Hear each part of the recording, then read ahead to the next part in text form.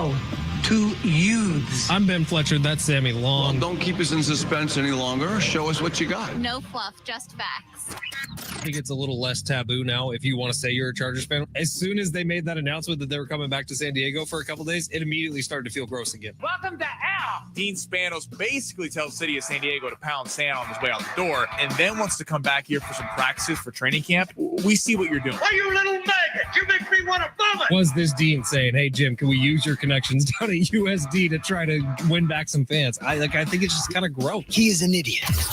Now it's time to enter the Fletch zone. And let's get it going here on a Tuesday. I got a feeling we got some tears coming up on the show today. Maybe some from some listeners, maybe from some old San Diego Charger fans, and maybe quite a few from Sammy Long, if I'm going to be honest. I thought that the Chiefs losing in the Super Bowl was the most down I've ever seen him, but maybe rightfully so. Today he's a little bit more down, and it comes off the news that broke, I don't know, about 30 minutes ago now, that Ozzy Osbourne, the godfather of heavy metal, has passed away at the age of 76. Sad day for a lot of people, especially coming off the heels of one of the coolest concerts ever put together that happened out in London, Ozzy Fest. The frontman of Black Sabbath has passed away today. Sorry if that's the first time you've heard that news, but it came down about 30 minutes ago. Sammy, this one broke you. I think you're broken. Yeah, this is not the way we want to start out the day. I just found out 20 minutes ago. Literally rest in peace to one of the greatest, not the greatest of all time. And it's, it sucks. Sammy is the 123-year-old in the world right now who is having this big of a reaction to this. Oh, stop. Everyone loved Ozzy. Everyone loves Ozzy. Yeah, but you came in here like the world was falling apart today. And I think for a lot of people it is. Yeah, it sucks, man. I mean, it was kind of poetic that he got to, 3 weeks ago, his final retirement concert. Obviously, those videos look like he was definitely struggling a little bit. But yeah, rest in peace to the legend, and hope he's doing all right up there. Well, today we're going to do every single time we come back from a commercial break, Ozzy Osbourne will be playing in a memorandum of the GOAT, the godfather of heavy metal. We got plenty to get to on the sports front as the Padres pick up another win. Unfortunately, the Dodgers did win yesterday as well, so still 3.5 games separating the two teams. The Phillip Rivers retirement, that 4-minute video that the Chargers put out, look, we could talk all the schmack we want about the Chargers. I feel like they got this one right, though. That was a powerful video. If you haven't seen it, it's up on social media. I'll retweet it from my account at Fletch Sports. But the moment where Phillip is starting to break down in tears a little bit, and he gets himself back together, and then Nick Hardwick, a friend of the station, obviously my first job here was working with Nick, and then Chris Dealman and Jeremy Clary and Big Mac Marcus McNeil, they all walk in the room as he's signing his one-day contract to retire a Los Angeles or a San Diego Charger. And that was a special freaking moment. And we got some of the video that we're going to play for you here in just a minute, but I thought it was cool, man. Phillip Rivers looks great. He's in his 40s now. He's coaching high school football out in Alabama, and it looks like everything he's kind of wanted to do with his life post-career, he's doing. And this was an awesome video. Again, if you haven't seen it, I'll retweet it right now. But why don't we take a listen to the first minute and a half or so as Phillip Rivers is kind of trying to eat some words while he's holding back tears talking about his career as a San Diego Charger. I'm Phillip Rivers, quarterback, and I'm retiring a Charger. I think gratitude really is the first thing that comes to mind. One of the greatest gamers of his generation. There were so many highlights and fun Sundays. Phillip Rivers just ripped it. So many. But what I miss and what I'm most appreciative and thankful for are those relationships. The things that were behind the scenes. The Chargers are alive! What you lived every day. It's the days at Murphy Canyon on the practice field. One time! Oh, yeah! You miss those moments. Hey, team, baby, team! Oh, you're gonna get me going. I picture riding down that hill, in the Qualcomm. And you just go like, man, shoot, they're fired up today. And seeing the flags and seeing the, smoke from the grills going and stuff. That just never got old. That never got old. Dang, I didn't expect to get. And just growing up in the yard playing the game, I just love to play, love to compete, and so that part never left me. It was cool, man. I just reposted it at Fletch Sports on X. You can find it there. I've only met Philip a couple times, and I obviously know Rich Orenberger and Nick Hardwick both extremely well, who were both really close with Philip when he was playing, and it's cool to hear them talk about him almost in like a larger than life personality. But the one thing that always sits with you is how much Philip loved the game of football. And I think you heard it there, and his whole thing was faith, family, football. And I think he lived that through and through. So Philip Rivers, retirement, congratulations. It's been about 4 years since we've seen you actually play football, but this was pretty cool. And Sammy, something that's going to take you off a little bit, in that 5-minute video that the Chargers put out, he did reference the play where he found Mike Williams in the end zone to beat the Chiefs, and then went back to back with Mike Williams on the exact same play to beat the Chiefs. Yeah, I mean, Philip Rivers, on a side note, fantastic all-timer. I don't think he gets the credit he deserves now. To find highlights against the Chiefs, you got to look pretty hard, because there weren't too many over 20 years, man. But just sorry if you're a Charger fan. That's just the fact. All my friends who are Charger fans still hold on to that one. But hey, you know what? You take them where you can get them. But no, in all seriousness, Philip Rivers, it's cool watching that video. Even I think what's even cool, kind of Fletch, what you mentioned is, he talks about, coming down the hill to Qualcomm and how much the city meant to him, and how much the city loved him and loved the Chargers. And when there was kind of a national narrative about how San Diego didn't really care, they didn't really show up and do all this stuff, it's complete BS. And people who are here know that that's completely wrong. And Philip Rivers was just, he was a fun player to watch as a Chiefs fan. I always respected the hell out of Philip Rivers. This was a guy who, played an AFC Championship game with a torn ACL. One of the toughest dudes out there, and probably doesn't get the national credit that he deserves. So cool clip that was posted yesterday. And shout out to the San Diego Chargers. That little drive down that hill that he's talking about right there, as you're coming down, off of, I guess that'd be like Ruffin up there, kind of up by where we are, and then you go all the way down the big hill where the Pizza Hut's on that road. There's a great coffee shop that I go to all the time on that road. But that was one of the first things that made me fall in love with San Diego, and that's where my wife and I live, is just off of that. So it's pretty cool hearing Phil talk about it and knowing how special that was for him. And the moment in the video where Nick and Jeremy and Chris Steelman and Big Mac all walk into the room, and Philip loses it all over again, just shows you the brotherhood that was in that locker room with one of the best defensive or offensive lines of all time. LT not in the video. Wonder what he was doing. Wow. Whoa. Gonna make the flight, LT? What are we doing here? All right, we got plenty of sports to get to today, including the San Diego Padres. Trade deadline rumors are popping up. A new name has been added to the list. We're going to unveil that in just a little bit. But, Sammy, let's get to the big three right now, where we run through the top stories in the world of sports. Sammy, smash that button. Your lunch break is here. Ready to go back to the office and knock the socks off your friends? Coworkers? It's time for the top stories of the day. The Big Three. Sometimes guys play in an AFC championship game on a torn ACL, and sometimes guys sit those games out. Jay Cutler. What? All right. Well, what are we going on the big three, Sammy? Let's start with the Pods. Let's start with the Padres. Another pick up a big win yesterday, 3-1 since the All-Star break. So a lot of names flying around. There's an interesting tweet by everyone's favorite San Diegan, Eric Hosmer. Will he be an All-Star this season? Well, yeah, I'm going to get that job ready. So there was, per Dennis Lin, Padres infielder Jake Cronenworth continues to attract trade interest. That was put out there. Eric Hosmer retweeted this and said, "This means the Pods are trying to shop Jacob for those of you just tuning in." By Jacob, do you think he means Jake Cronenworth? I think that's what he means. Okay, so this is Eric Hosmer trying to say that AJ Preller is forcing this narrative out there. And Kevin, why am I blanking? Eric Hosmer is actually saying that Dennis Lin is being told by AJ Preller that they want to move Jake Cronenworth. So Dennis, can you please put out that Jake Cronenworth is attracting a lot of attention? Because as much as I like Jake Cronenworth, it's not like the numbers have been astronomical this year. It's not like he's having some career year where you would be able to move him easily. This is the Padres, and I think Eric Hosmer is actually spot on this one. This is the Padres saying, hey, he's open for business, peeps. You want him? Come and get him. Let's talk. Will Eric Hosmer be an all-star this season? Hosmer, the all-star of subtweeting. That's what he is. Yeah, it's odd for me how Eric Hosmer is a guy who, this guy was, when he played for the Royals, was a big deal. He was a big catalyst of why they won a World Series.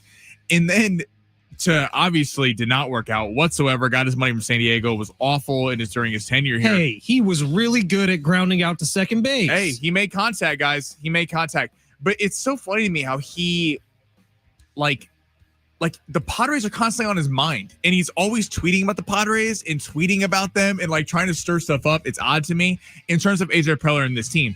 Jake Cronenworth, I think, would be a name that is interesting. I think it's smart. If he's right, AJ Preller's doing this, I credit AJ Preller because I'm all for drumming up trade interest on guys who haven't quite lived up to the expectation. Jake Cronenworth a few years ago obviously had a few really big hits in that series against the Dodgers where they ended up beating them. But it was, I think Cronenworth's a name in the MLB that a lot of people know, other managers know, GMs that could move something. Great locker room guy. Great locker room guy.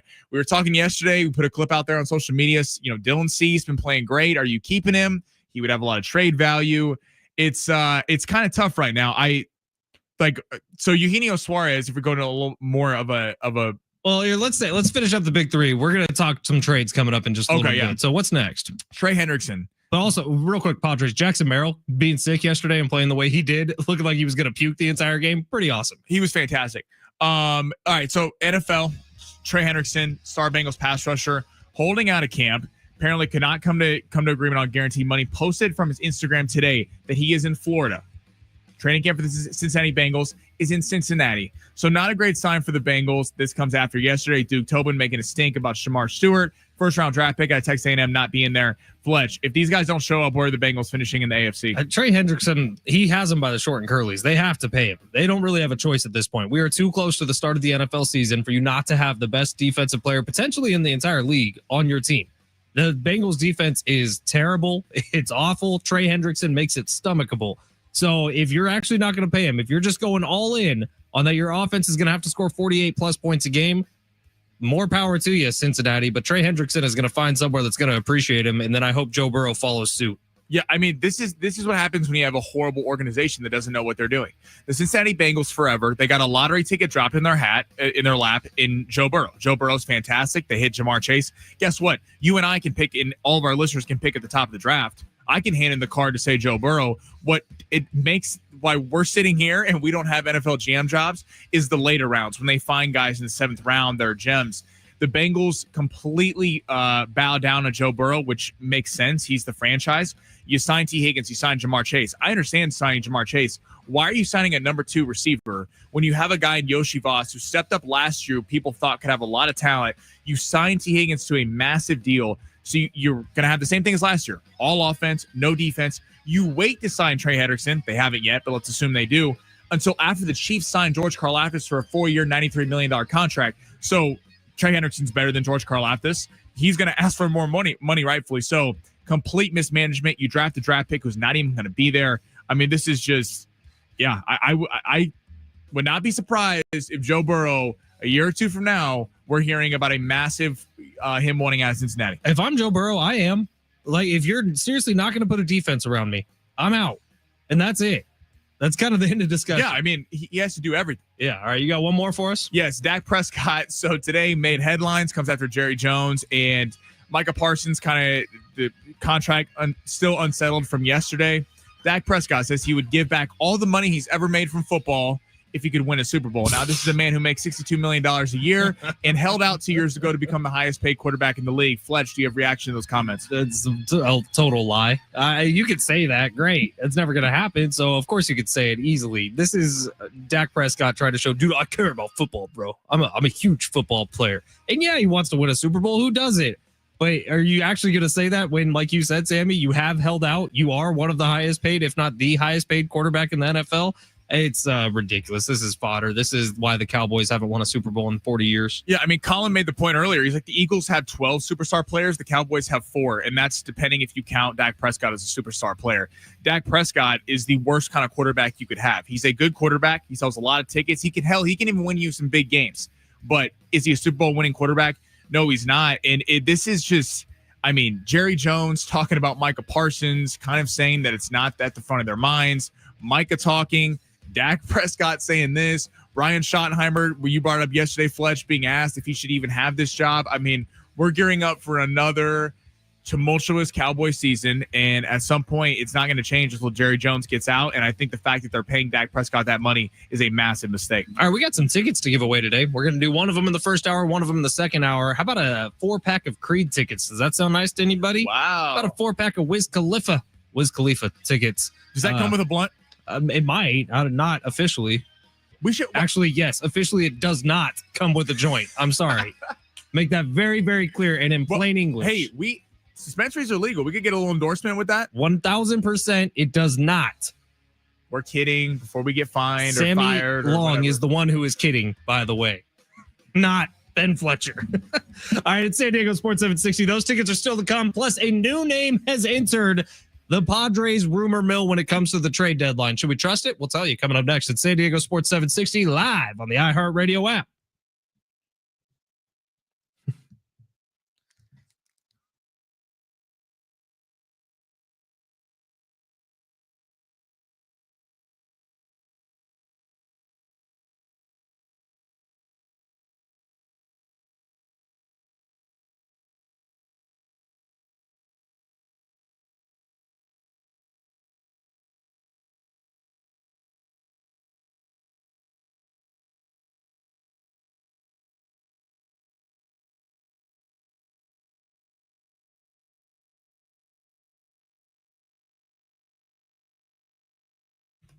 It's not fun just winning money by yourself. It's fun winning money with your friends. As known on the show here, we believe in squad ride W's. This is when all your boys, your girls, whatever it is, you all win money. This is why you got to check out Circa Survivor. It's $1,000 to enter, so grab 9 of your friends or family, go in $100 each, or if you and your buddy are confident, split the grand yourself, or you can just go all in yourself with $1,000. You pick one team each week to win their matchup. Once you burn a team, you can't pick them again this season. You don't have to worry about the spread, point total, any of that. All you got to do is pick them to win. Now, I consider Fletch a personal friend of mine, but this is where we part ways, because for the 997th time, no, we aren't taking the Niners to beat the Seahawks in Seattle in week 1. With Circa Million, you have an ability to win $15 million. All you got to do is go 20-0 or outlast the competition. Now, everyone knows what happens. You try to plan a vacation with the friend group. Someone wants to high-priced dinner. Someone wants to go skiing. Someone wants to go on a helicopter ride. But let's just agree that we meet in the sports book. Some people are in bed by 9 p.m., Fletch, if you and a group of trouble deciding on things and coming to a consensus on a weekly pick for Circa Survivor may not be right for you. Don't worry, Circa's got you covered with Circa Million, where you don't need friends to tell you what to pick. All you need to do is pick 5 teams against the spread each week, and you can win up to $6 million in guaranteed prizes. Winner gets $1 million, and get this, if you're the worst entry in the pool, you win the booby prize, which is $100,000 to the worst entry. Sign up in Nevada, play from anywhere, and win your money today with Circa.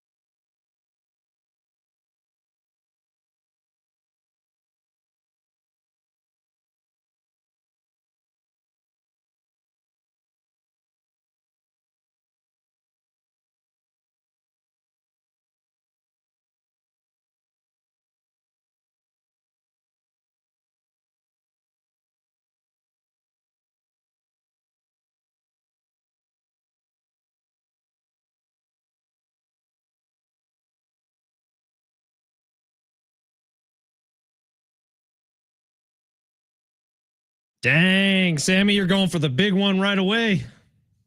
Ozzy Osbourne passing away at the age of 76 today. If you missed it, look, we all remember that one teacher who made a difference, who believed in us, who challenged us, who just made learning fun. Now was your chance to say thank you in a big way with iHeartRadio's Teacher Powered by Donors Choose. Nominate an outstanding public school teacher who's gone above and beyond for their students to win $5,000 to stock their classroom with whatever they need. Help us say thank you to the educators who are shaping our future. Nominate your favorite teacher now at iHeartRadio.com/teachers. That's a cool little thing we're doing as we're getting ready for the school year. I know Chula Vista getting back to school this week. My wife is counting down like a month until she's back in school. When do they go back? Because like the Midwest is usually like now. Chula or like a week or so. Chula Vista goes back this week, I think, or maybe next week. And then ever since I got out of school, I'm so out of when I used to be like getting depressed around this time, thinking about when we had to go back to school. But isn't it nice not to have to worry about homework and stuff? Oh, Sunday night football when you can just watch the game and not have to write a 5-page essay in 2 hours. Yeah, school sucks, dude. But teachers don't. Teachers are awesome. My wife's the teacher. TD's wife's a teacher. So if you're have a teacher that has a special place in your heart, go ahead and nominate them. iHeartRadio.com/teachers. They could be winning 1,000 or 5,000 buckaroos. Teachers spend so much money on their own classrooms. It's kind of ridiculous, honestly, if you think about it. So why don't we put some extra cash in a teacher's pocket this year? That sounds like a good thing to me. iHeartRadio.com/teachers. All right, the Padres. Let's talk about it. So they win yesterday 2-1. Randy Vasquez, somehow everybody's on base the entire game when he's pitching, but he gets out of it. And he's sort of done that all year long. Jim Russell likes to put up that tweet where it's Super Mario running through like a crazy obstacle course. It says, this is every Randy Vasquez start. And it's actually a really solid tweet by Jim. And that was the case yesterday. I think he gave up 7 hits, guys on base the entire game, but he gets out of it. Padres do get the win. The 4 horsemen come through once again. Jackson Merrill comes through once again. I thought the most impressive part of the game was Jackson Merrill, who was obviously sick as a dog yesterday. He looks like he's about to puke after hitting an RBI single, and then he goes first to home on the Martin Maldonado hit. So impressive stuff from the Pods once again against the Marlins, which is the team you should be beating. The more interesting thing is what's been happening online over the last, 15, 16 hours, where all of a sudden the Padres are reportedly, according to some websites, the favorite to land Marcell Ozuna from the Braves. The Braves, who are kind of falling off the map right now. He's a pure DH. His numbers are a little bit down from where they were a year ago, but he's on an expiring contract. It makes sense that you would want to bring in a guy like Marcell Ozuna, who probably still has 15, 16 home runs left in him this year. Sammy, what do you think about Marcell Ozuna? You like that? That'd be fantastic. I mean, literally anyone can come hit at the back end of the lineup. That would be a huge ad. Everyone's heard about Duran from Boston forever. Ozuna would be big, especially he's a power hitter. He's a guy that has played in big games, big moments. He's probably not going to shy away from all that. It's interesting where the Padres are at because the Braves would deal with them. And I kind of brought this up last segment, but Eugenio Suarez is the hottest name at the deadline. He plays for the Diamondbacks, 34 years old. He has been absolutely raking the last couple months, and he's hit 5 home runs in his last 3 games. So he is the guy that everyone wants. The Cubs are calling. Every team is in on him. Unfortunately for the Padres, the fact that you play in the NOS, the Diamondbacks, unless you give them some unreal package, are not trading Eugenio Suarez to you. Or unless it comes down to the Padres and the Dodgers, and the Diamondbacks don't want to give him to the Dodgers. Right, exactly. And yeah, the Dodgers, same thing. I don't think they're trading with the Dodgers. So that's a little bit unfortunate, but Ozuna would be a massive add in a bat, some bullpen help, especially because if you're talking about the Dodgers going to be trying to get some bullpen help. Tanner Scott just got hurt last night, actually, in the 9th inning, a wild game. Yates came in and gave up a bomb to Correa, but Outman robbed it. I mean, the fact that the division is back in play now, again, I'm not going to say that they're the favorites because they did go 2-5 against the Dodgers this year, but the fact that we were looking at 3.5 games, that's doable. That's very doable. And a month ago, we were looking at 10. We're like, okay, this thing's completely done. They're back in it. So I wonder how that changes the approach. It's almost more of a sell for the fact that not only you're trying to get in the wild card picture and kind of maintain your status there, is move up in the division. Certainly would have to be buyers at the deadline to be doing that. Well, they're going to be. I think that's decided. Now, I will say, I don't think there's a shot in hell it's Marcell Ozuna. It's too early. AJ Preller, he was going to be working the phones nonstop for the next, 8 days before the trade deadline. I think any name you hear today or tomorrow or even the next day is probably not going to happen. AJ Preller likes to work a little closer, and he usually likes to be a name no one's heard about. So if some website that I was looking at, I don't have it up in front of me anymore, is saying the Padres are actually the front runners for Marcell Ozuna, I believe that means the Padres are probably already out on Marcell Ozuna. Yeah, and this is like if the Padres get Marcell Ozuna, that's fantastic. You're not going to hear me poo-pooing it. The one thing I would say with a guy like Ozuna is I would be looking for more of a contact hitter than I would a power home run ball hitter. And again, Ozuna would be fantastic if they add him. So I'm not saying it's a bad add, but I do think that when the Padres were beating the Dodgers last year, when it was 2-1 San Diego, it was very about the Padres putting pressure on the base pass, doing all this stuff. And instead of in games 4 and 5, I think we all saw it. They were swinging for the fences. They were trying to, put a nail in the coffin. And then the Dodgers really kind of flipped the script and started doing to the Padres what the Padres were doing to them. Getting a contact hitter at the back of this lineup so you can kind of feed the top of it, because it's hard. I know Maldonado had a hit last night with the double, but it's hard to really count on the back of the lineup being that consistently good to set up the top end on the turnaround. Yeah. Text line today is already going crazy. 949 texting in saying RIP Ozzy, the GOAT. Yeah, the godfather of heavy metal, passing away today. If you missed it, very, very sad about that one. 619, if Preller can add a top 5-6 type hitter in the lineup, kind of bat, I can live with Diaz and Maldonado in the 9-hole. Crony at 8 with a solid 1 through 7 would be much different. Add a few replacement level bench players and they'd be in business. Yeah, if you believe Eric Hosmer thinks Jake Cronenworth is going to be traded any minute now. So we'll see about that. But text us 70470. Start your message with team. What do you want to see the Padres do over the next week as we inch closer to the trade deadline? Coming up next, let's talk some NFL. Sammy said something during the Big Three that got me thinking a little bit and might unveil that one coming up next. Plus, a little update on Aztecs football on San Diego Sports 760 live on the iHeartRadio app.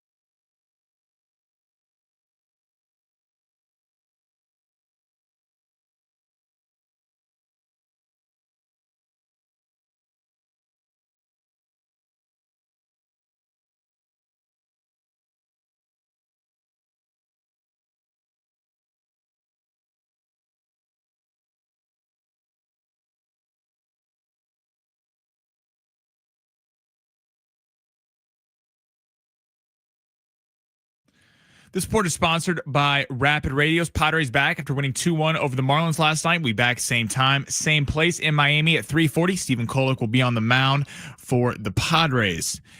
And then Phillip Rivers retired as a San Diego Charger yesterday. Put an excellent tribute video out. And the Honey Badger, one of the great safeties of the last decade, has hung up his cleats. They're playing for the Saints for the last few years after 12 seasons. Rapid Radios are instant push-to-talk walkie-talkies offering national LTE coverage and no subscription ever. Business owners can keep in touch with up to 200 staff members at one time. Go to rapidradios.com now for 60% off and free shipping.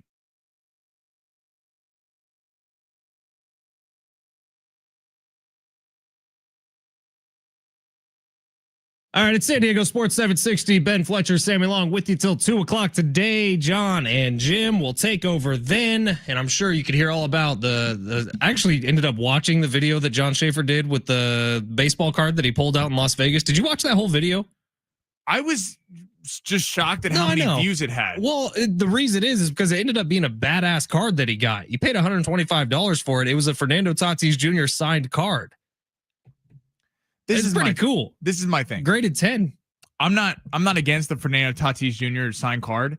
What I'm against is the thought process that went into putting $125 of hard-earned money into a machine when there's slot machines everywhere, there's blackjack tables, there's roulette tables, there's craps tables, there's bars, there's a gazillion things you can spend money on in Vegas. And they're in a little like cubby side room, and they enter money. And I feel like if John would have won like the Mega Millions, he wouldn't have been as excited as he won the Fernando Tatis Jr. signed card. He was pretty excited about it. It was like a 10-year-old unwrapping a PlayStation on Christmas when John Schaefer found that card. Yeah, but that's what he's into. You and I like to do cool stuff. John likes to do nerdy stuff. That's all good. I'm just gonna say, so we're gonna be out there in like literally a month, a little less than a month. You will not see a video of us pulling baseball cards out. No, you will see a video of me maybe running through a casino shirtless after I hit a huge jackpot, potentially. That's maybe after we hit like one of those. If you get us kicked out at the table because the pit boss doesn't like you showing a lot of chestal region, I'm going to be very upset. I'm going to live with that, especially if I'm walking out with a few grand or something. We'll see. But I like to do some of those side bets on the blackjack table too. That's sometimes sucker bets. You don't do that. Sometimes they work. I tell you the story. One time I didn't do it and I got a 6, 7, 8 of diamonds, and that was the promotion they were running. Would have paid 1,000 to 1.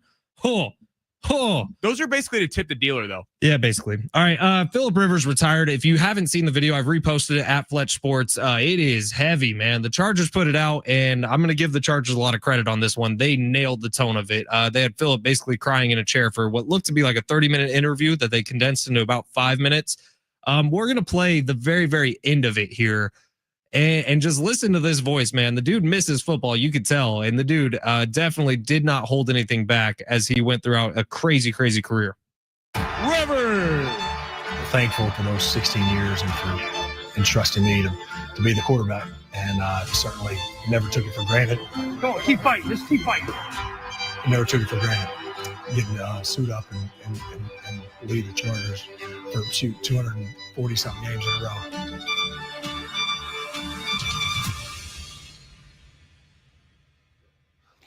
All right, let's take a break on that. Whew. Golly. 240 consecutive starts from 2006 to 2020, the second longest streak ever by a quarterback behind only Brett Favre. 12 straight seasons with over 4,000 passing yards. Only Drew Brees has more than that. 8 seasons with 25-plus touchdown passes. That's tied with Tom Brady and Peyton Manning for the most ever. 6th in all-time passing yards, 6th in all-time passing touchdowns. And as of his retirement in 2020, and then his official retirement yesterday, Rivers was a top 6 all-time quarterback in every major quarterback stat. Yet he's one of the only ones to not play in a Super Bowl. Do you think he doesn't get enough respect nationally? Absolutely. Like, this is me personally. And text line, feel free to chime in on this, 70470. Start your message with team, 70470. Start your message with team. I feel like he's a surefire Hall of Famer. And this is just because I'm not even, like, just looking at those Charger teams. Yes, there was the LT year, and it just feels like it was mismanaged so poorly at times that Phillip Rivers had to play with a lot of garbage in some of those years. And so people point to Eli as 2 Super Bowls and Ben Roethlisberger as 2 Super Bowls, and they should be Hall of Famers because Eli took down the dynasty of New England, and Big Ben was one of the premier quarterbacks in the league for a decade. But like, I know it's ifs and buts, but if Phillip Rivers played on the Giants or something with that kind of ownership, that's I'm not taking a shot at even the Chargers, just with some of the talent that was with some of those defenses with Strahan and Tuck. I mean, I wouldn't doubt that he would have Super Bowls. Yeah, I heard Colin talking about this earlier today, and I'll give Colin credit because I thought he put it out really well about what it means to be a Hall of Famer in football. And it's different from baseball and from basketball, where individual statistics can bump you up. And he used Mike Trout as an example. Mike Trout's never won a postseason game. Mike Trout is going to be the first ballot Hall of Famer, go down as one of the greatest baseball players of all time. Phillip Rivers has great numbers all time. He's on a list with Tom Brady and Aaron Rodgers and Dan Marino. Like, that's the group he's a part of, but he's never even played in a Super Bowl. So it's tough in football when you start looking at the greatest of all time. I don't know that he does get in, to be completely honest. And I've heard this argument in San Diego forever. And if there was a nice guy Hall of Fame, yeah, Phillip Rivers is the first one through the door. If there is a great regular season Hall of Fame, Phillip Rivers is maybe the sixth one through the door. Yeah. But that's not what the Pro Football Hall of Fame is. It's just different. It's a higher barrier of entry. And unfortunately, it might end up getting Phil held out. And I also think, unfortunately, him playing here has something to do with that too. Yeah, I mean, obviously him not winning a Super Bowl, you don't get talked about in an echelon of certain quarterbacks. And a lot of people would be surprised at those numbers I just read off, that he is that high on a lot of all-time lists. Yeah, that's what I think he doesn't get enough respect in. I think, yeah, we're not talking about greatest quarterback of all time or anything. Like, you have to win Super Bowls, and despite where you're drafted, despite all that stuff. But it is cool that a guy I'm taking the Colts out of it, spent his entire career here. That was, one season at the end. And like, what's so tough? A couple years in LA too. Unfortunately. Yeah, unfortunately, but that's not his choice to move up to LA. But Philly Riv, I always appreciate him. I mean, he was always at hell in the AFC West. It's just called Philly Riv. Yeah. So we're boys, you know that? 858. Come on, man. Phillip retired an LA Charger, not a San Diego Charger.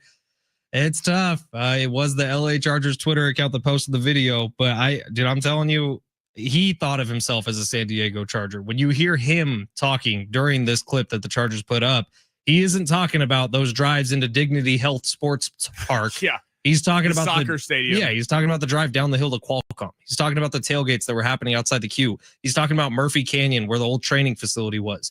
That's what he's talking about. That's what he remembers. This is the community that he remembers being a part of. So I appreciate the hell out of Phillip Rivers, one of the best all-time San Diegans. He is in the San Diego Hall of Fame, the Breitbart Hall of Fame, and he deserves to be there. And I just hope that at one point, maybe he does get the nod because of the relationships. And I do think, I will say this, yes, not having a Super Bowl ring hurts him. And I'm not going to sugarcoat it. It does. I think the sport where it is most crucial to have rings is the NBA. Because of the fact that you're playing both sides of the ball, you're the primary player. You're supposed to come up in the biggest moments. So guys that don't have a ring, aka your Steve Nashes, your Charles Barkley, some of the all-time great players who are Hall of Famers, but there is a tier list when you get to you never won an NBA championship. Phillip Rivers can't. If his defense is giving up 45 points a game, he has nothing to do with that. So I think sometimes we look at, like, hell, we were talking a little bit earlier. Joe Burrow is kind of on that track right now. Joe Burrow got to a Super Bowl, lost. And are we seeing a Dan Marino type of career? I do think those conversations happen with Phil too. It's like, and I've said it during the commercial break, I think. I'm not sure if I said it on air, but the only thing standing between Joe Burrow and a Super Bowl is a defense. And I think there were a lot of years where the same was true for Phillip Rivers. 619, Tony Gwynn was a Hall of Famer in MLB. No rings. Phil can do it too. 858, Dan Marino's a Hall of Famer. Only played in one Super Bowl in which he lost by 22 points. 858, Phil is a first ballot Hall of Fame Phil is a first ballot of Hall of Very Good, but having no chips and being a Charger hurt him in the Hall of Fame. I hope it doesn't too much. Look, Antonio Gates did he get in or is going to be in? Can't remember. He's up. I think he's going to be in. Yeah. I think Gates will definitely. Gates should 100% be in. Right. But who threw Gates all the passes? Every touchdown pass Antonio Gates caught throughout his career was from Phillip Rivers. Quarterbacks do get held to a different standard, and maybe it's not fair. Maybe if the defenses were better, maybe if the ACL had been intact, maybe if LaDainian Tomlinson could play. Look, all of those are great ifs. Unfortunately, I don't see it happening, at least not right off the bat. All right, it's San Diego Sports 760. We got a text on the text line regarding long shots. Yeah. We'll read it coming up next, and we are going to give out the latest long shots coming up next. It's San Diego Sports 760 live on the iHeartRadio app and Creed tickets on the other side. Keep listening to win.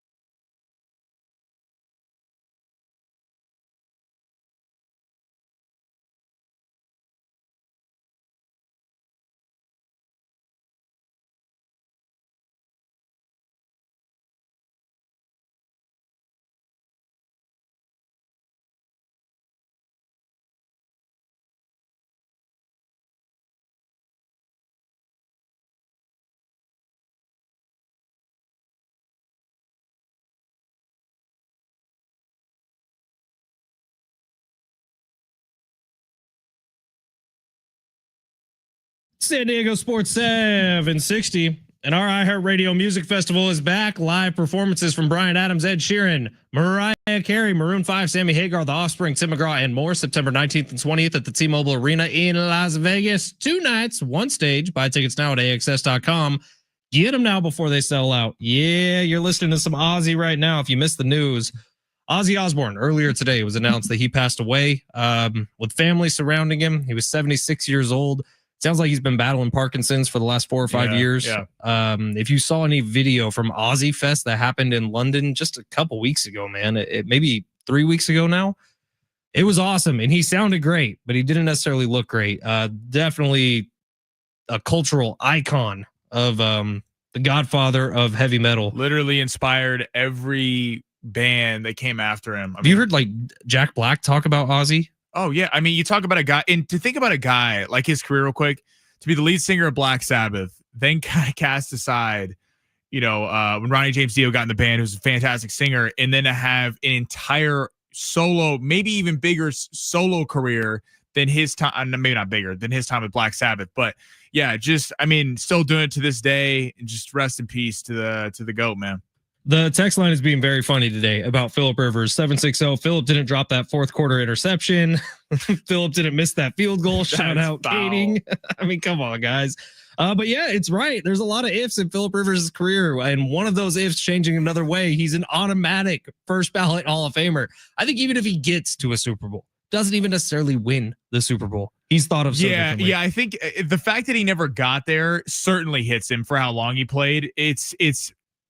I think he's the only quarterback in NFL history with 400 or more passing touchdowns to not play in a Super Bowl. I mean, we're talking about a guy who, like Eli Manning, it's funny, is the opposite. Yeah, he had a terrible regular season quarterback. Eli, he was the most average basic dude ever. Did he finish with a losing record, or it was either 500? I think he went to losing. It might have been right at 500 or 1 game under. But then you talk about a guy who the complete opposite upped his game to another level when everyone, I mean, that run when they were the 6 seed, then won the Super Bowl against the Patriots. I forgot they were like 10.5-point dogs going into the Super Bowl. I mean, great defenses though. Yeah. Well, yeah. Great defenses, and once in a lifetime, once in a football as a being itself catch with David Tyree in the helmet.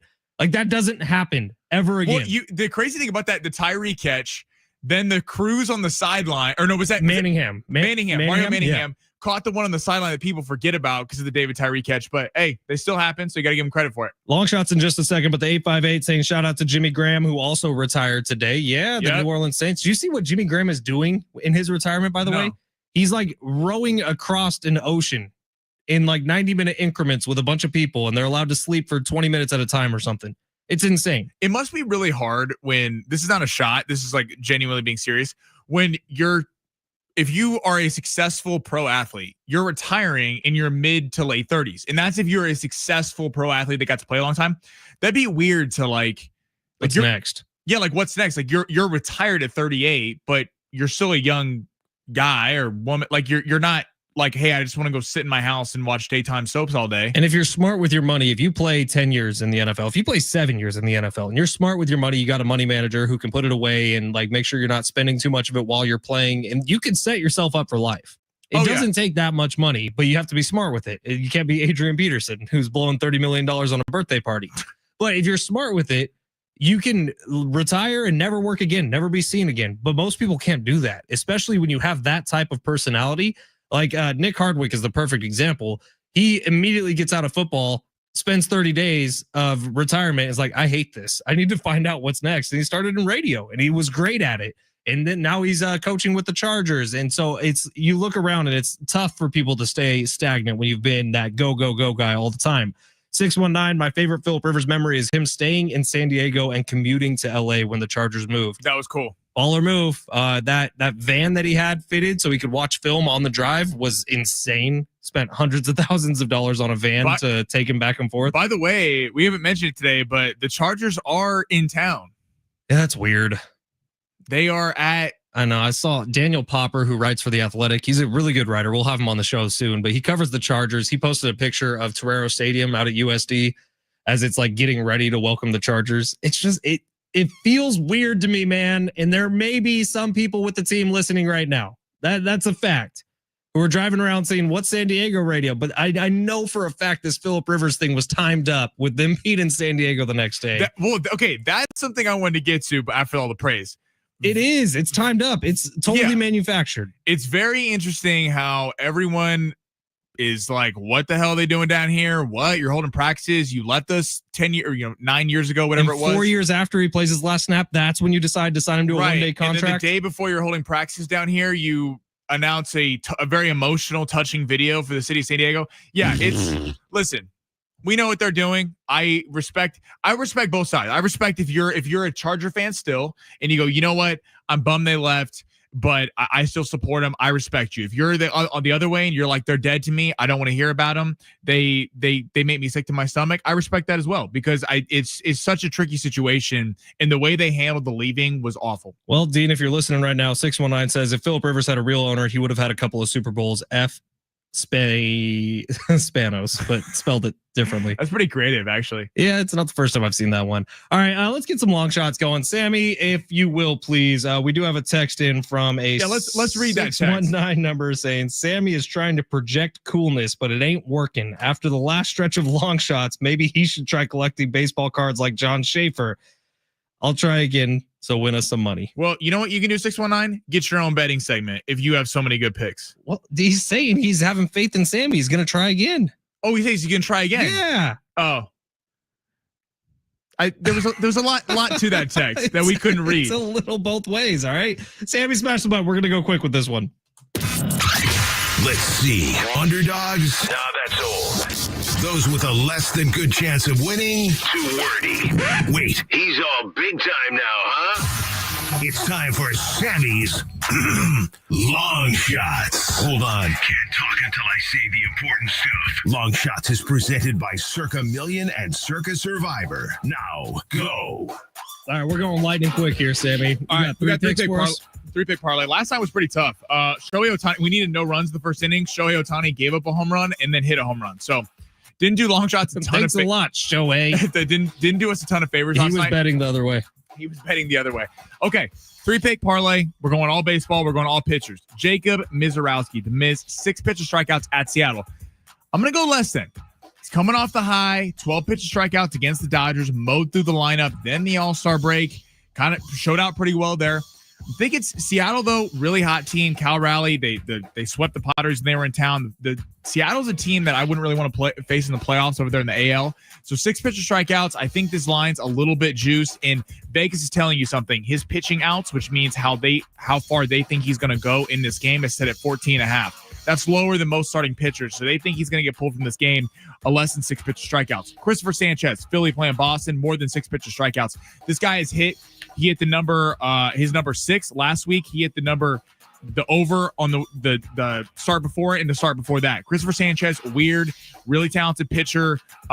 Those kind of balls from a weird angle, tough to figure out. I know Boston's been really hot right now, but a lot of young players in that lineup. Roman Anthony, all the top prospects, they haven't seen him yet. I think this could be a little bit of a wake-up call for Boston. So more than 6 pitcher strikeouts for Christopher Sanchez. And Eduardo Rodriguez, Arizona, more than 16 pitching outs. We're talking about the trade deadline in a week. Arizona's a team that has completely fallen back. They're not out of it, but they're not also having a ton of success recently. Everyone's calling about Eugenio Suarez. Everyone's calling about the entire pitching staff because they are an extremely talented team. They just lost Corbin Burns for the year. Eduardo Rodriguez is a name I could see getting moved at the deadline. I think they're going to want to showcase him a week out from the deadline, more than 16.5 pitching outs. Let him go a little way against the Astros. So to recap, Eduardo Rodriguez, more than 16 pitching outs. 16, not 16.5. More than 16 pitching outs. Christopher Sanchez, more than 6 pitcher strikeouts. And Jacob Miz, less than 6 pitcher strikeouts. I like it. I'm dropping this one down to $10, by the way, not going a full 20 on this bad boy as we kind of get through the dog days of summer. All right, quick break here. Hour number 2 is coming up next. Kevin Acee at a special time, 1:15 today, so mark that on your calendars. We'll talk some Rivers with Kev, who was closer to him than any reporter. We'll talk some Padres with Kev about the trade deadline specifically. That's all coming up in hour number 2. Plus, right now, your chance to win some tickets to go see Creed. They're going to be out at the North Island Credit Union Amphitheater on August 6th. I'm going to be at that show. That should be a lot of fun. Tickets and info, Ticketmaster.com. If you want to go see Creed with a 4-pack of tickets, call right now, 877-767-4760. Call number 6. You are going to the concert. Hour number 2 coming up next.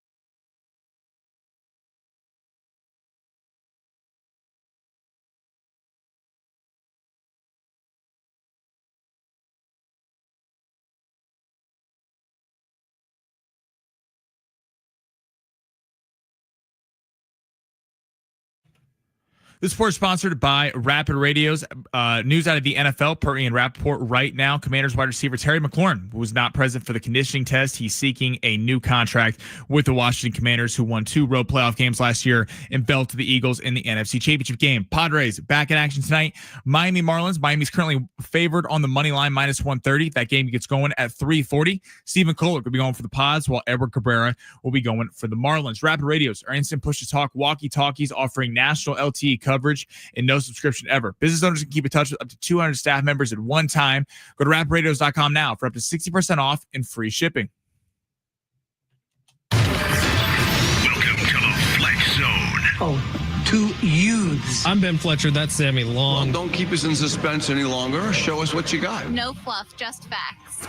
I think it's a little less taboo now if you want to say you're a Chargers fan. As soon as they made that announcement that they were coming back to San Diego for a couple days, it immediately started to feel gross again. Welcome to hell. Dean Spanos basically tells the city of San Diego to pound sand on his way out the door and then wants to come back here for some practices for training camp. We see what you're doing. Why, you little maggot? You make me want to vomit. Was this Dean saying, "Hey Jim, can we use your connections down at USD to try to win back some fans?" I think it's just kind of gross. He is an idiot.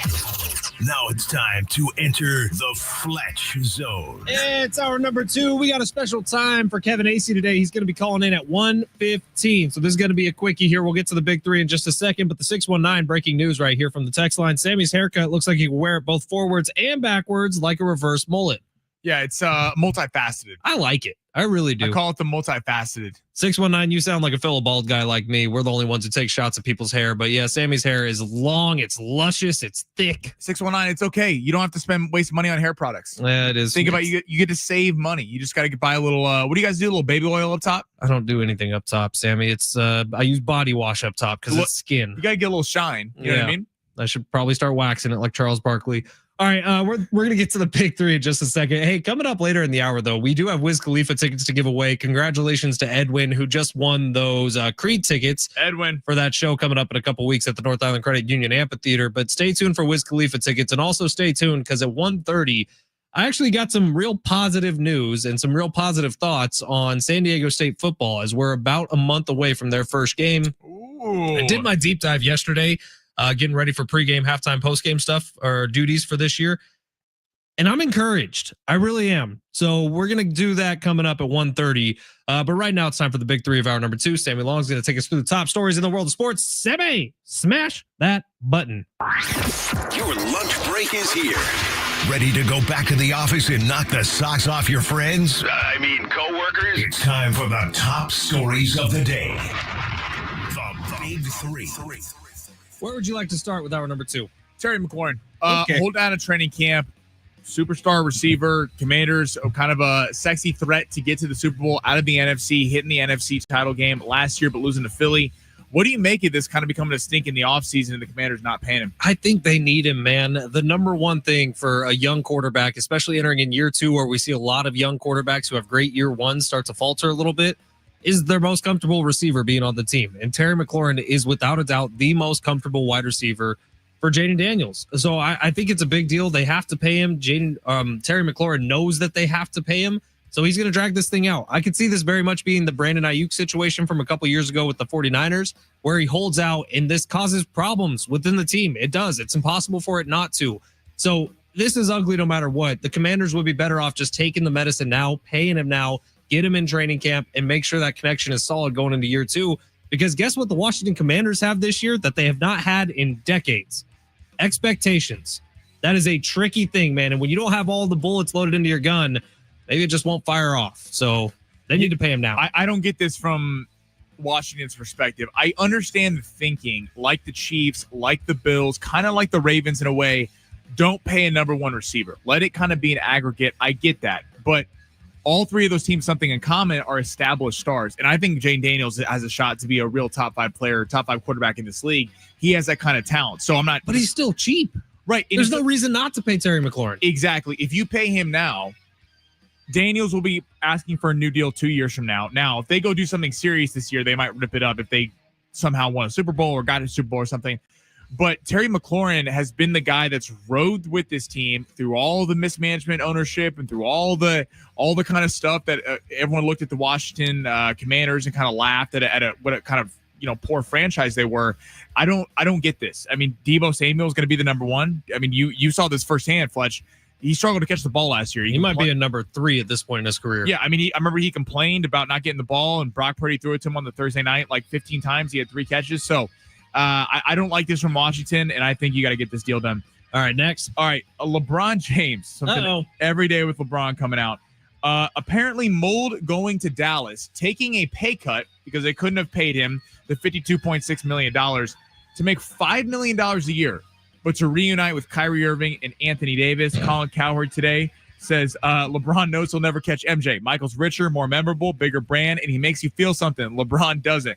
LeBron's kind of bounced around to the best basketball opportunity every chance he gets. Fletch, reaction. LeBron makes you feel something, but it's not what MJ makes you feel. Like, MJ makes you proud to be a basketball fan. MJ makes you a Chicago Bulls fan, even if you grew up hating the Chicago Bulls. LeBron has had the opposite effect, at least on my life. I maybe there's people out there who have followed LeBron from the Cavs to the Heat to the Cavs to the Lakers. Maybe there's people out there like that. I'm sure there are, but not for me. Every team LeBron's gone to has made me like that team less.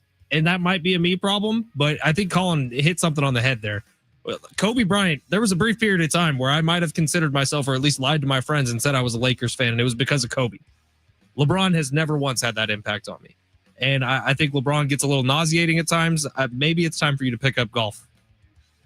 He started playing He started playing golf. His soundbite of him playing golf is now trending everywhere in the world because I think he drops an MFer in it. This is, LeBron, this feels like with all the stuff that's gone on the last month, the Lakers kind of retooling the roster. I like what they did in the offseason, adding LaRavia, Ayton, and Marcus Smart. But also the Mavericks, he chose that team specifically. Yeah, Anthony Davis. LeBron is coming to a rude awakening that even though he's still an elite player, he's 40, 41 years old, and he's not the face of the franchise anymore. If Luka Doncic and LeBron James call Rob Pelinka at the exact same time, guess what Rob Pelinka's picking up the phone? He's picking up Luka Doncic's phone. Yeah, as he should. And LeBron, as he has been, one of the best basketball players of this generation for the last 2 decades. So he's always been that guy. And it's a rude awakening. He's not that anymore. And I'm with you. Michael just had something. Listen, people may not have liked Michael personally, but there is something to say that he just won and he won and he won. And it frustrates me. I like LeBron, but it frustrates me how LeBron, it's always a media control narrative. And it feels like anytime he doesn't get his way or things aren't just what LeBron, because LeBron's been a horrible GM. Yeah. When LeBron has gotten what he wants as a GM, he has been an atrocity. He's an amazing basketball player, terrible GM. I want a definitive one-word answer, yes or no, Sammy. You are a Lakers fan. You're literally wearing a Lakers hoodie today. Do you want LeBron James on the basketball team come the beginning of the next NBA season? Yes or no? Yeah. Wow. Do we have time for one more? No. If it's less than a minute, yes. Okay. College football, Big Ten Media Day gets going today. I don't put you on the spot here if you want me to go first, Fletch. What coach in college football has the most pressure to make a run in the college football playoff or win a national title? Franklin with Penn State. Boom. Okay, I like that. I go Lincoln Riley with USC. I think even though there's a number 1 recruiting class coming in next year, he has to win. There's really no exception there, but James Franklin is a good one. James Franklin has 2 of the best running backs in the country. Drew Aller is going to be a top pick. Sark's interesting too. Sark's rebuilt that culture at Texas, but if you don't win with this team with Arch Manning, we keep saying, especially with the expectations of it being a national championship team. We keep hearing about Texas is back. Are they actually back? We'll see. San Diego Sports 760 live on the iHeartRadio app. Our Padres insider Kevin Acee blessing us with some trade deadline news coming up next. You're listening live on the iHeartRadio app.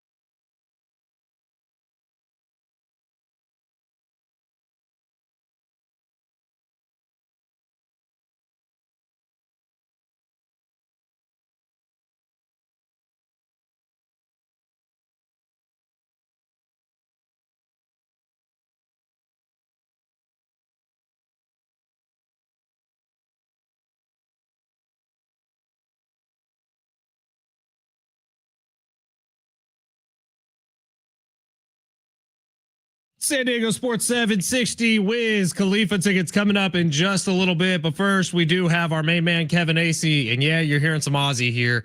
Ozzy passing away a little bit earlier today at the age of 76 years old, the godfather of heavy metal. Kevin Acee is the godfather of the written word, I like to say. And Kev, before we get to the Padres, I do want to get your thoughts on Phillip Rivers, who I don't know if you saw the video, but retired as a Charger, I believe last night, and they released the video earlier today. So you were as close to Phillip Rivers as just about anybody. Your thoughts on his official retirement as a Charger? My first thought was like, okay, yeah, this was only a matter of time. But I'll take any time to hear from Phillip and see the sincerity and just the presence and hear what other people think about him. I'll take that every day because it's uplifting, and Phillip is what's right about sports and people. And so I thought that's cool.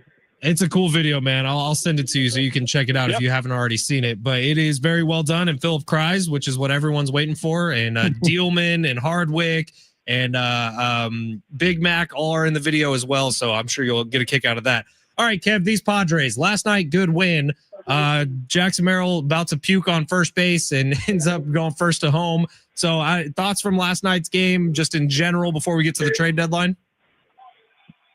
I mean, it was pretty much quintessential Padres, right? Like, these are really good games. Like, all the stuff that had to happen, and I think we talked about this before, all the stuff that had to happen last night, that play, 3 or 4 defensive plays, the bullpen, heck, Randy Vasquez getting out of trouble. Like, those are good baseball games. You want to sit down and watch a good baseball game? Watch the Padres.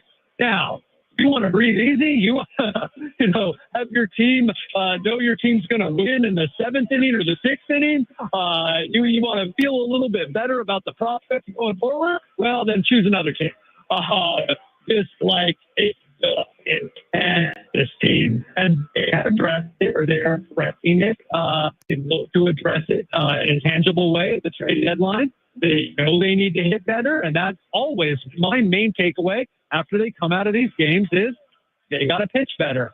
They got to hit better. They have to be that timely, that home run, see that combination of both.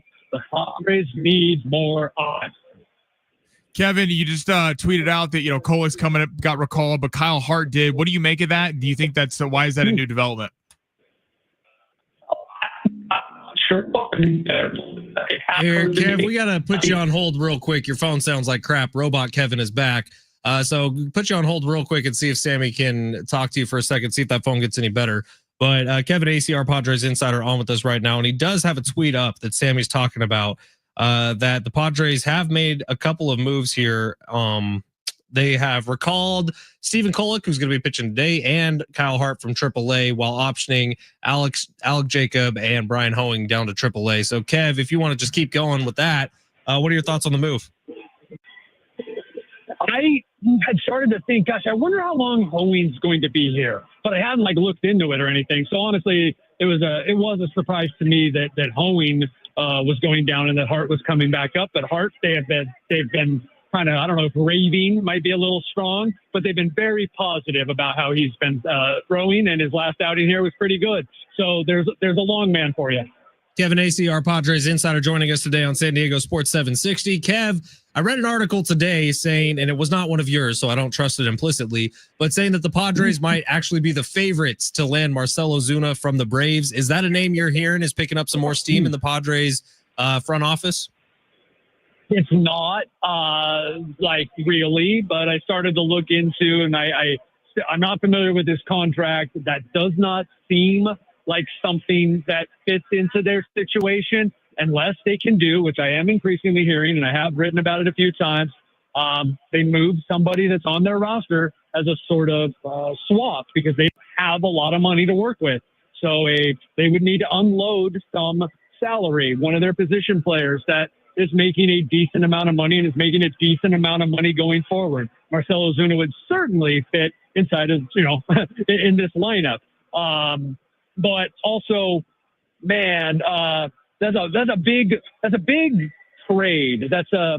It's different than what I've heard about. It's different than what I've understood that the Braves are going to do. But like that's an awesome thing. once we get close to the trade deadline. First, means this part of the season's almost over. And then second, stuff happens fast. And so suddenly, hey, the Braves are going to unload 2 or 3 guys. And then the market becomes even more full. And then there's more activity. And then it does get exciting in the last few days. And then each move sometimes can lead to another move elsewhere. And so it will start, I think, after the weekend to get pretty exciting. Kevin, I know you've been on the fact that they were always going to be buyers all along, but the fact that the Dodgers have really been struggling in the division could be back in play. Is there kind of a new buzz around that, around the locker room, or are they just kind of focused on the task at hand? I really think they're focused. Look, they're aware, or some of them are. They're aware of what's happening. They really know that they need to focus on themselves, and that's what works well. And I have noticed a renewed kind of, I don't know, I want to use the word focus again, but I will. Renewed focus. One thing I'm not hearing about as much is how good the other pitcher was. They're talking about themselves, all sorts of things like that, where the Padres believe they're good and it kind of doesn't matter. Now, we get into August when they're about to play them again. What is that? It's almost like two series or two times in 3 series they play the Dodgers. And if the Dodgers are still struggling around then, and the Padres have, got themselves to 15 over or something, then maybe we're talking about something a little more real that they'll be talking about here. Kevin, there is a report out there that Jake Cronenworth continues to attract trade interest from teams. Yep. Now, Eric Hosmer has weighed in on the matter, saying this means that the Padres are trying to shop Jacob Cronenworth, for those of you who are just tuning in. Does Eric Hosmer have some validity there? Is the fact that Jake Cronenworth's out there as a name that teams are reportedly interested in mean that AJ Preller is probably calling teams saying, hey, we want you to be interested in Jake Cronenworth? No, he's never stopped calling on Jake Cronenworth ever. So, no, doesn't mean that he's shopping him. Might they be more willing to unload him now? And so then you're in sort of gray area there of, are they shopping him or are they just entertaining more? And by that saying, okay, well, no, that's not what it would take. Whereas before it was, no, we're not close. And so, look, Jake Sloan needs to play. I mean, that's just the way it is. So I'm totally surprised. Jake's far more marketable as a selling piece because teams have never stopped calling on Jake Cronenworth. He is, first off, the pretty player. All right, Kev, we might have to cut you off there. The phone's struggling a little bit, and I know Kevin Acee is in Miami, but it sounds like he's in San Diego Comic-Con with the Transformers right now. So we're going to cut Kev off, but he said teams have never stopped calling on Jake Cronenworth, who, again, his name is out there in the public right now. Kevin, appreciate your time, man. Thank you so much. Sammy, smash that button. Kevin Acee on San Diego Sports 760. Brought to you by the all-new Hamul Casino Resort, the Players Place. You think Kev's clubbing out there? Is that the little day club action? I'm going to say this right now. Kev owes us one. How about that? That one was a freebie. Yeah. We need a little get back. We need a little get back from Kevin Acee. If we're sitting at the table, we just credit him some chips. Yeah, because we love Kevin, but we don't also want to kill all your eardrums in your car. I got some nuggets out of that. I don't know if you did too. It sounds like teams have never stopped calling on Jake Cronenworth, that he's a guy that a lot of teams around the league would like to add to their locker room. And I believe that. Jake Cronenworth is a great teammate from all reports. Has that necessarily translated to a great player? At times it has, but not really this year so far. And Marcell Ozuna, that one, I do think that this website's taking some liberties calling the Padres the favorites. And what Kevin said made sense. It doesn't really seem like the big name is who the Padres have been after so far, at least according to Kev. And I highly doubt Marcell Ozuna is the name that gets added to this lineup. It's probably going to be a name that we have not heard yet. I'm interested about the Kyle Hart thing. Me too. That sounds odd. Not that Kyle Hart's some superstar player, because he's not. But it's interesting that he's up there. Is Dylan Cease possibly being thrown around in trade calls, and they want to have another starter up there. How could he not be? Yeah. Seriously, how could you not at least think about moving Dylan Cease right now? And something I was going to ask Kev for, the phone was the phone. I think Optimus Prime hacked in. I think that's it was pretty brutal. I was like, where is he at? Was like, how hard is it though? Even like, we know AJ Preller's buyers. He's been very consistent about that. Kevin Acee, they're going to be buyers at the deadline. They're going to do all this stuff, but the fact that we kind of mentioned it earlier, the Diamondbacks are a major selling team. You're looking like they were kind of in it, then they were out of it, then they were in it. Now it looks like they're out of it. I doubt they're trading anybody to the Padres. And the fact that like the Giants are in it, obviously they're not giving up. The fact that there's so many teams in the NL who are logistically in the playoff race and all trying to clamor to get parts to take down the Dodgers, even though the Dodgers have really not been playing very good baseball the last couple weeks. It's just tricky at the trade deadline, where last year it felt like there were only a few teams who were looking to add. This year it's like, how the next week is going to be so crucial, determining if there's a team that we think might be a buyer that becomes a seller, or vice versa. Like, not to, but like Boston, the Red Sox, everyone was like, oh, it's going to be, picking the whole team apart. And they won 10 games in a row. 10 games in a row. So it's kind of hard to determine. The next week of baseball is going to be really fun. Yeah, the National League being so congested at the top is making things tricky. Not necessarily at the top. I mean, at the 3 teams down from the top. Being so congested around the wild card race is what's making things tricky. And we'll see who ends up winning. But AJ Preller is going to have to up the ante on some of these, you would think. Kevin Acee has apologized. He said sorry about that. It was perfect when I was talking to Sammy off air. I swear. As soon as we got on the radio, it went scratchy. We don't blame Kevin. Excuses. We don't blame equipment, Kevin. All right, we're going to take a quick break here. We're going to regroup a little bit. Seriously, thank you to Kevin. Thank you to Hamul, who sponsors Kevin. Yeah. We appreciate all of that. We love Hamul. But it is San Diego Sports 760. We're going to take a quick break here. When we come back, a couple notes on the Aztecs football offseason. Back to the NFL we go. Maybe a couple more thoughts on Phillip Rivers and some Wiz Khalifa tickets on the line. Next time you hear our voices, it is San Diego Sports 760 live on the iHeartRadio app.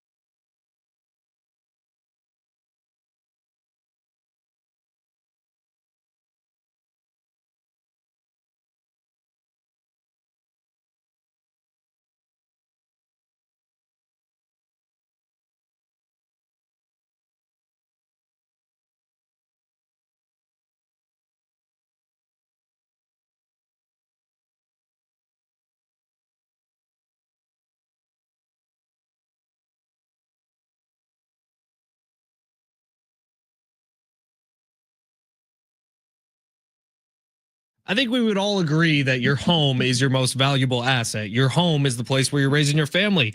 Your home is one of the most important things in your lives. You're going to want to trust someone pretty smart with your house. Call Gary Cooper today, 858-376-1299. Visit him online at mountaintrustmortgage.com to make sure you got somebody in your corner that's actually throwing punches for you, not against you. Gary Cooper prides himself on eliminating the smoke and the mirrors and the shell games when it comes to mortgages. Gary Cooper prides himself on being able to explain to you why, when you call 5 different companies, you get 5 different answers regarding interest rates, regarding closing costs, regarding everything that goes into buying a home. My wife and I are in this process right now. We're trying, we're looking, and Gary Cooper's helping us every step along the way. If you need a guy in your corner, whether you're selling a home, buying a home, trying to refinance a loan, Gary Cooper is the man for you. Give him a call today, 858-376-1299. Call Gary Cooper to find out all the little nooks and crannies about real estate. He calls it his degree in loanology. He'll give it to you, and then it's up to you to do with it what you will. But call Gary Cooper today, 858-376-1299. He has access to all the different programs, to all the different brokers. Gary Cooper will make sure that you are not spending $1 extra than you need to. He prides himself on making sure that everything you guys do are out in the open when it comes to your mortgage, when it comes to selling your house, when it comes to buying you a forever home. Give Gary Cooper a call today, 858-376-1299. And I promise you, after a phone conversation with him, you'll consider him a friend. You'll realize what he's selling is something worth buying. So give Gary Cooper a call. Visit him online at mountaintrustmortgage.com. When you get in contact with him, let him know that I sent you. And hell, if you want to email me directly, Benjamin Fletcher at iHeartMedia.com, I will put you directly in touch with Gary Cooper, and you can get started on a process that's going to change your life. Call him today, 858-376-1299.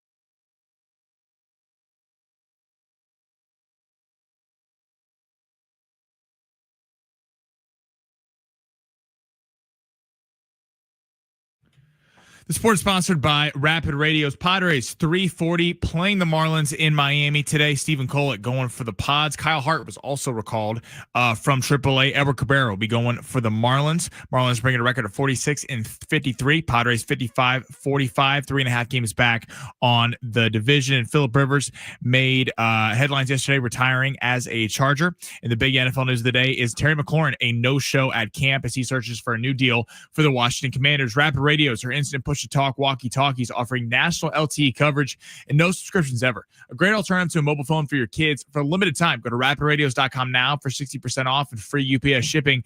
Add code radio, get an extra 5% off.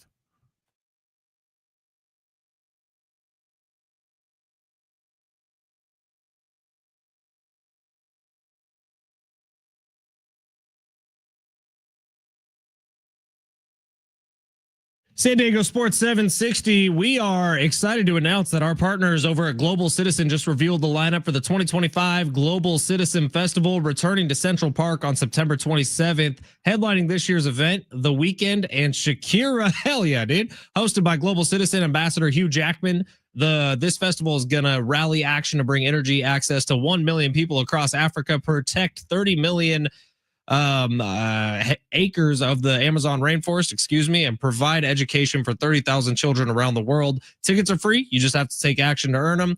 Download the Global Citizen app or visit globalcitizenfestival.com to get started. All of us at iHeartRadio, we are proud to support Global Citizen as the exclusive United States audio partner. Central Park free concert, The Weeknd, Shakira, Hugh Jackman. Come on. I have a friend who's like the biggest Weeknd fan there is, and it's the only thing he listens to. And I tell him it's a little odd all the time that he doesn't have any other favorite rappers or bands or anything, but it's like that's like his guy. I have a friend who is the biggest Shakira fan you've ever met. His name is Travis Dale. And literally his bumper sticker on his car just says hips don't lie. Get out of here.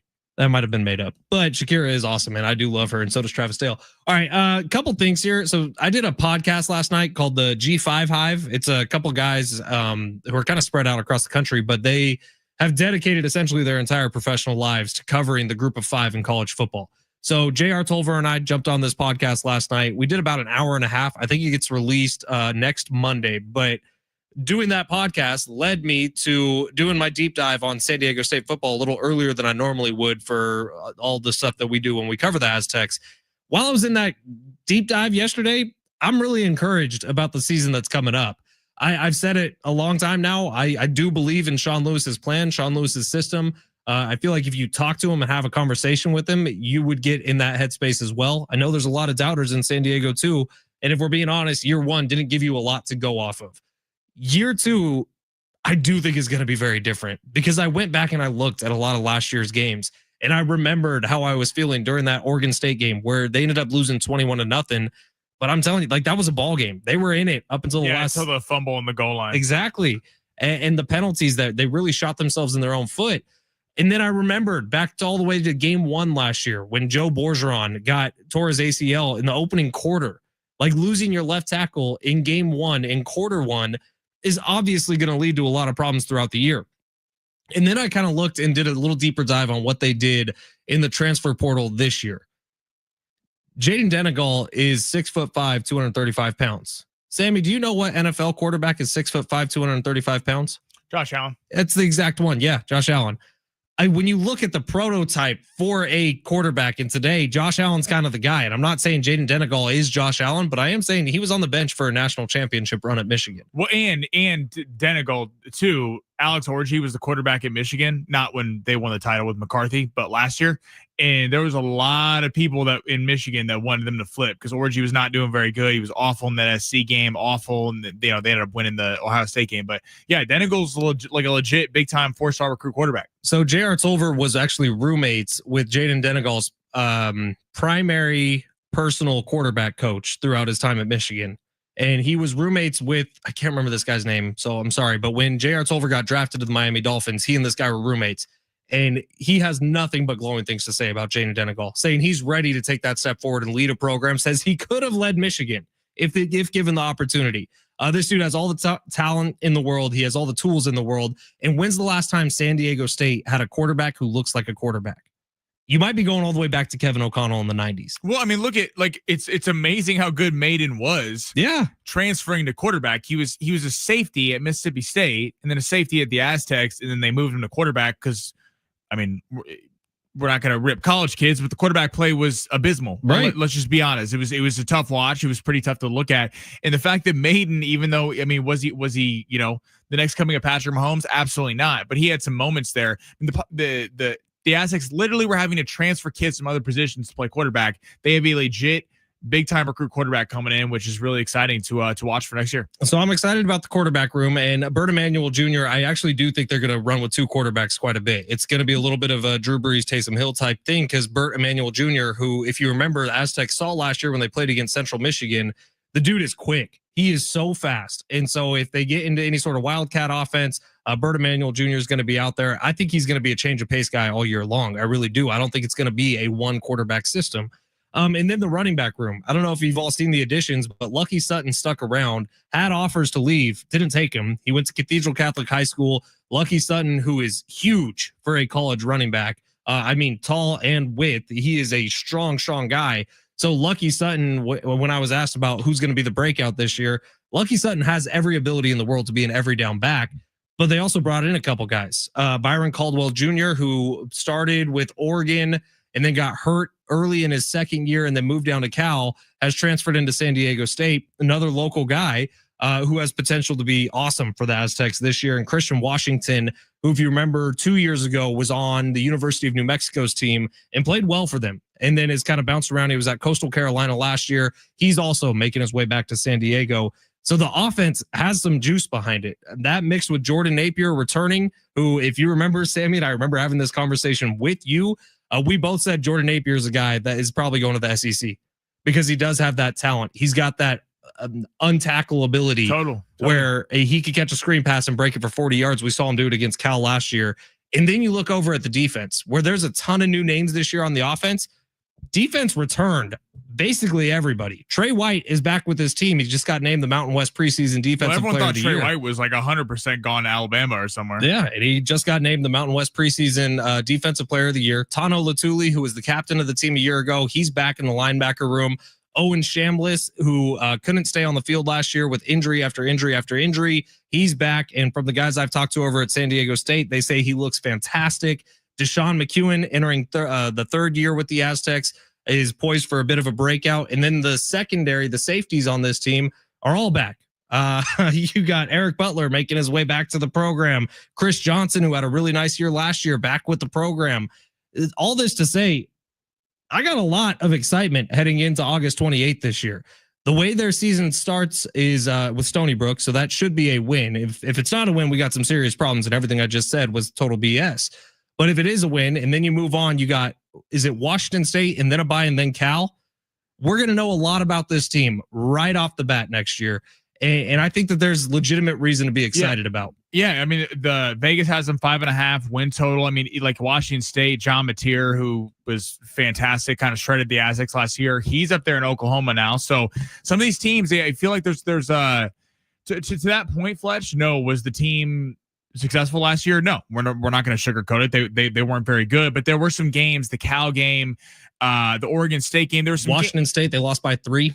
Right. There were some games where you felt like, hey, if this program had been there a little bit longer. I mean, hey, it's tough when you're working in a freshman quarterback, a brand new head coach, hell, a brand new stadium. That sounds crazy, but just you're trying to install like a culture for Sean Lewis, and then you're expected to go win early on. You don't have your guys in there. This feels like the first year that Sean Lewis really kind of has his guys. So I'm excited for this Aztec season. Hopefully they get off to a good start. And football being back. Come on now. I know. I'm so excited. And the number one problem facing the team last year is a fixable problem. It was injuries and it was penalties. They were one of the most penalized team in the country last year. A lot of that stemming from the offensive line, which I just mentioned. Joe Bergeron injured week 1. So if the offensive line could stay healthy, clean up the penalties a little bit, kill those drive killers that were happening either at the beginning of drives or in the red zone, we could be looking at a very, very different season. And had that happened last year, you're looking at least 2 more wins. So I'm hopeful for San Diego State this year. I really am. The schedule sets up really nicely. All the teams they're playing that had bowl games a year ago are playing in San Diego. They're not going on the road to play any of those teams. So I do think San Diego State is set up nicely with both the schedule, with some of the returners that they got back on the defensive side, some of the names they've added on the offensive side, and just another year of Sean Lewis implementing this system into the team. I'm pumped about it. 619 says Josiah Cox from Lincoln High on defense. Excited about him. 858, shout out to Lucky Sutton, who ran his way to an all-time impressive CIF run. Hope he gets a chance at State. I think he's certainly going to get a chance. I think he's going to be a big-time factor for the offense on State. And then I did talk to some guys over at San Diego State yesterday, and a couple of names. I just asked for some names to look out for this year. They said Seth Adams out of the tight end room he's been the head turner of camp so far, where they didn't really know what they had. And their tight end room is young this year, man. It's a bunch of redshirt freshmen and freshmen. And then Miles Kit Denton, who they're looking at as a potential replacement for Lewis Brown IV, who graduated. He is a track star. He's a speedster on the outside. Most of his catches a year ago, I can't remember where he transferred in from, but we're over 20 yards. And this is the guy, when Sean Lewis, which he likes to early in drives, take the top off the defense. Look out for Miles Kit Denton, who probably is not going to have any 5-yard catches this year, but might have a handful of 25-yard catches this year. So we'll see. August 28th. It's getting here sooner than we know it, folks. About a month and a week away from Aztecs football being back in on a regular basis, and then 2 years away from joining the Pac-12. Things are going to get good here. It's San Diego Sports 760. We're going to close this thing out coming up next, but right now we're giving away some Wiz Khalifa tickets, baby. August 8th at the North Island Credit Union Amphitheater. Wiz Khalifa is going to be joined by a bunch of dudes, including Dom Kennedy, Action Bronson, Earl Sweatshirt, Chevy Woods, Fed the God, DJ Bonix, all at North Island Credit Union Amphitheater, Friday, August 8th, Tickets and info at livenation.com. Caller number 7. You're going to the show, 877-767-4760. We will close this thing out coming up next live on the iHeartRadio app.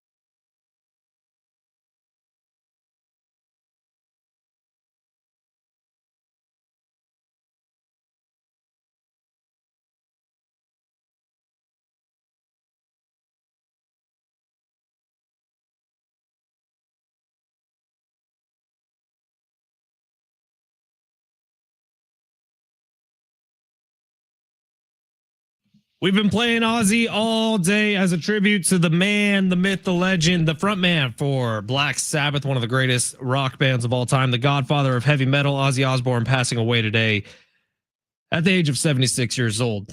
Surrounded by family. It seems like it was a peaceful death, but Ozzy Osbourne, the world may never be the same because of him. Definitely not the same after he left.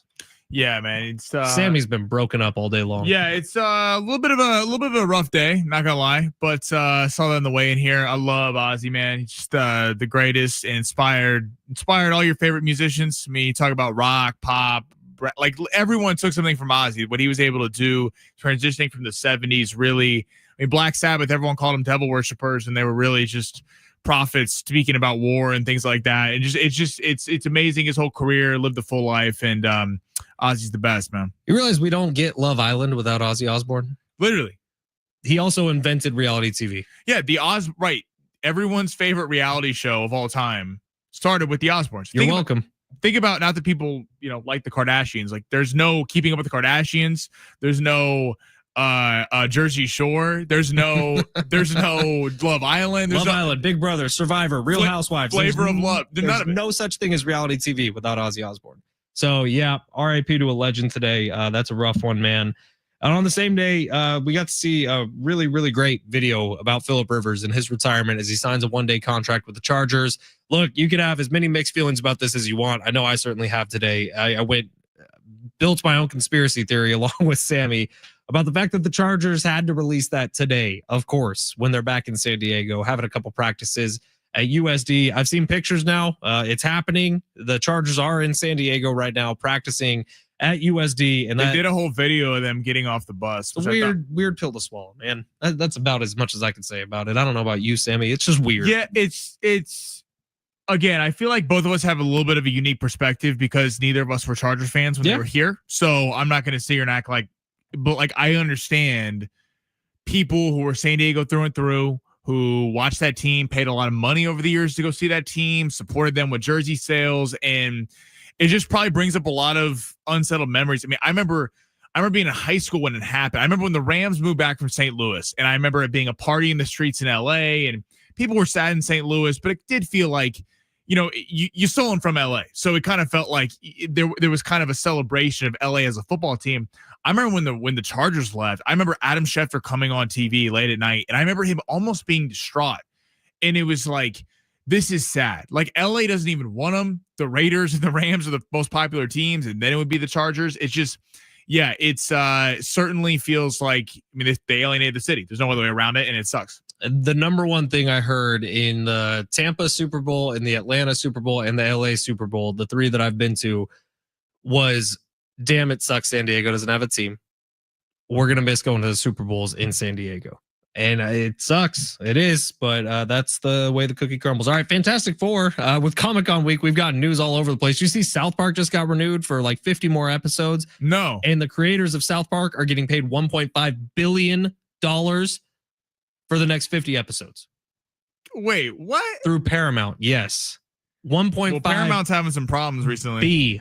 billion for South Park. For 50 episodes. So they probably jacked it up because of they canceled Colbert, did all these things. So it's probably Paramount Plus's stock is not super high right now. $1.5 billion for South Park, which, dude, South Park holds a great responsibility in this country. I'll be honest. Hell yeah, it does. They are the mirror. They are what we look at when we're idiots. And South Park, you do a great job. Keep doing you. South Park and those kind of shows also through a time when there was you could argue still is, but there was especially like the kind of mid 2015s where there were not a lot of like R-rated comedies coming out in theaters. South Park was the only show that had balls for a long time. The only show that was like not scared of saying whatever and making fun of whatever. No matter who you were, you got ripped to shreds. So South Park certainly has a high place in our society. And it's been a sad show. I think there's been some tears shed on today's show. So we're going to finish it with maybe me tearing up a little bit because Brandon Ayuk, John Lynch has told the media as of about 45 minutes ago that Brandon Ayuk is nowhere close to a concrete timetable on his return from that injury from a year ago. Tuesdays, we want to thank you. We have over 700 on the stream right now. We love all you guys hanging out on a Tuesday. Let's just communally agree that Tuesdays suck. Tuesdays suck. They're the worst. And today it really does suck because of Ozzy passing and all this. It's a weird day. Let's get to tomorrow, everybody. Who won those Wiz Khalifa tickets? Scott. Scott went. He was very excited to go to the show. Attaboy, Scott. We'll see y'all tomorrow. Fletch and Sammy out. John and Jim coming up next. Hear about some baseball cards, baby. We'll see you tomorrow.